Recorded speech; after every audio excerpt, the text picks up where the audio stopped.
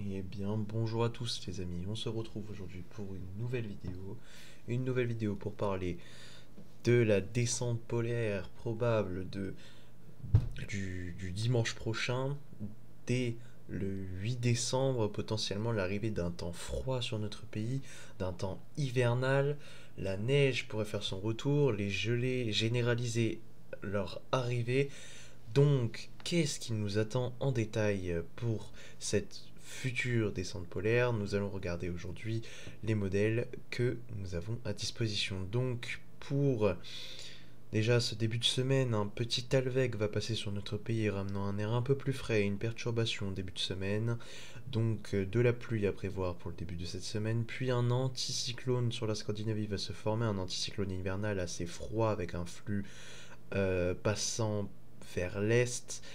Cet anticyclone va véhiculer un temps plutôt frais et sec sur la partie nord-est, quart nord-est de notre pays, même quart est en entier du pays.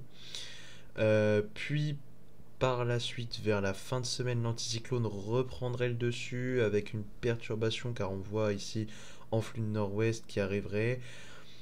Et là, la descente polaire arrive avec une tempête tropicale qui se nourrit de l'air polaire, une tempête océanique, pardon, qui se nourrit de l'air polaire et qui viendrait nous donner un flux de nord bien froid avec potentiellement de la neige.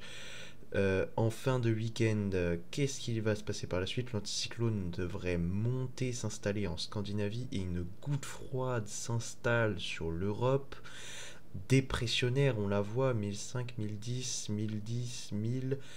Donc une boule dépressionnaire froide sur l'Europe, donnant un temps froid sur l'Europe centrale en particulier, avec un anticyclone bien au nord.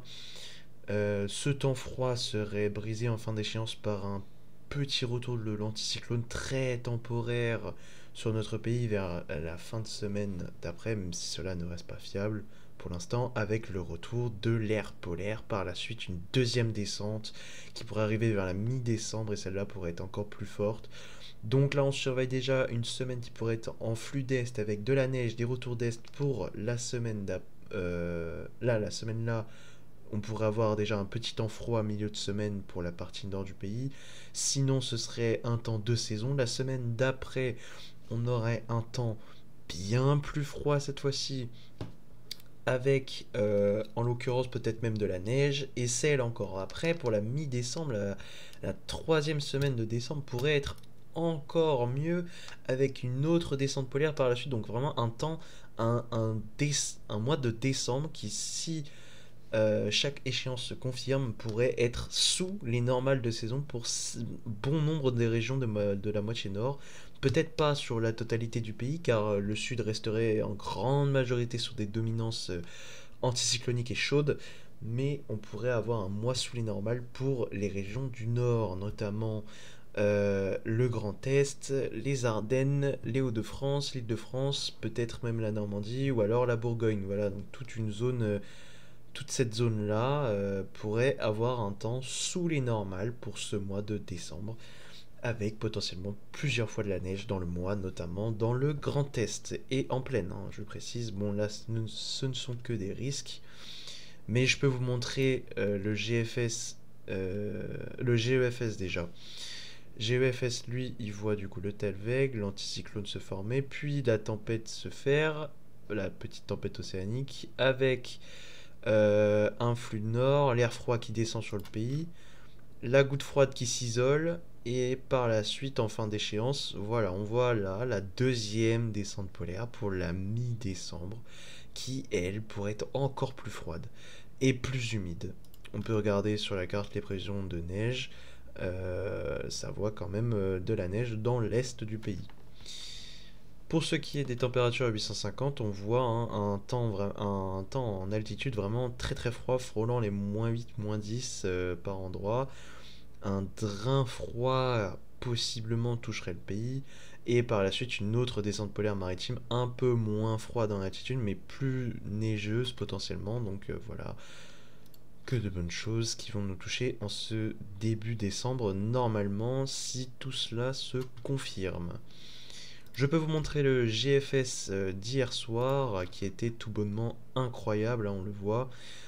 On va le voir. Donc là, la goutte froide qui s'installerait sur notre pays, enfin sur l'Europe, avec un flux de nord, l'anticyclone qui l'écraserait, pardon, et derrière, un décrochage polaire totalement fou qui passerait sur le pays avec des dépressions, une là, une là, une là, là, un temps très très froid, très très dépressionnaire, suivi d'un anticyclone, donc un froid sec en flux de nord-ouest. En altitude, ça donne des températures incroyablement froides, hein. Là, c'est vraiment, si ça là, ça se réalise, c'est un décrochage polaire comme on en a rarement eu depuis 2010, hein. Et donc, ça, c'est vraiment des synoptiques vraiment incroyables. Par la suite, le retour de l'anticyclone, mais ce serait un froid sec car le froid serait plaqué au sol. On voit, hein, des gelées très importantes, hein, sur le pays avec de la neige au sol, avec un léger redout par l'ouest après, mais surtout la partie est du pays qui prendrait très cher niveau froid, même niveau neige, hein. On le voit là, voilà, niveau neige. Donc c'est vraiment quelque chose de beau là, ce qui commence à être vu par les modèles. Donc voilà, bon, je suis d'accord que c'est encore loin, que ça a le temps de changer, bien évidemment, hein.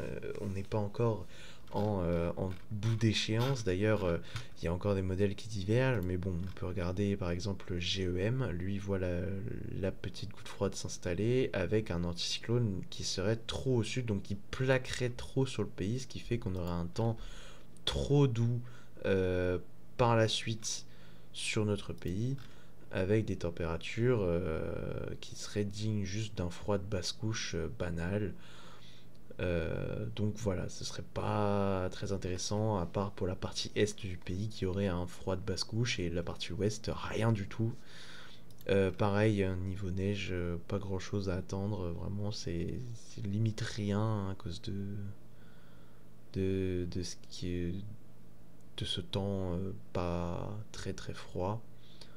Donc voilà, un anticyclone plaque trop, du coup pas assez de froid, pas assez de perturbations et pas assez de neige, hein, dans les régions. On n'a pas assez de neige, hein. Seule l'Alsace-Lorraine aurait un petit saupoudrage et le reste rien du tout. C'est vraiment pas l'idéal, par exemple sur GEM. On peut regarder Icon, le modèle allemand, qui voit bien le flux de nord s'installer avec un anticyclone qui monte très très haut. Ça, c'est propice à un scénario à la CEP avec une isolation de la goutte froide sur l'Europe, un temps froid qui se régénère sur notre pays à force, avec une arrivée ici, on le voit, hein, au niveau de la Scandinavie, un froid plongeant sur notre pays, et avec ça, son lot de gelées qui arriverait progressivement. On les voit ici les premières dès dimanche matin. Peut-être pas de neige, ouais, pas encore de neige vue parce qu'il voit que jusqu'à dimanche, mais voilà.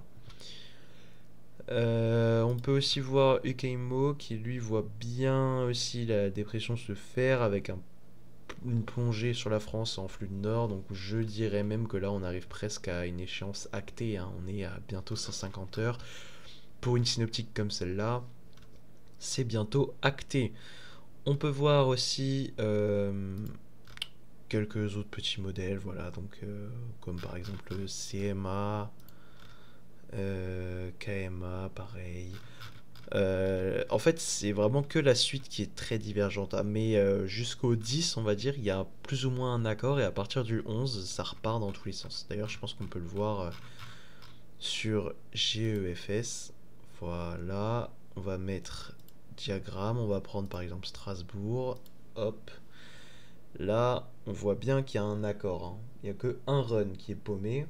Donc on voit bien qu'il y a un accord, on voit bien que ça descend, on voit bien que c'est presque acté. Des risques de neige assez forts, hein, presque 50% déjà pour la nuit du 8 au 9. Donc peut-être un épisode neigeux même avec cette descente. Donc voilà, on voit bien que c'est assez flagrant.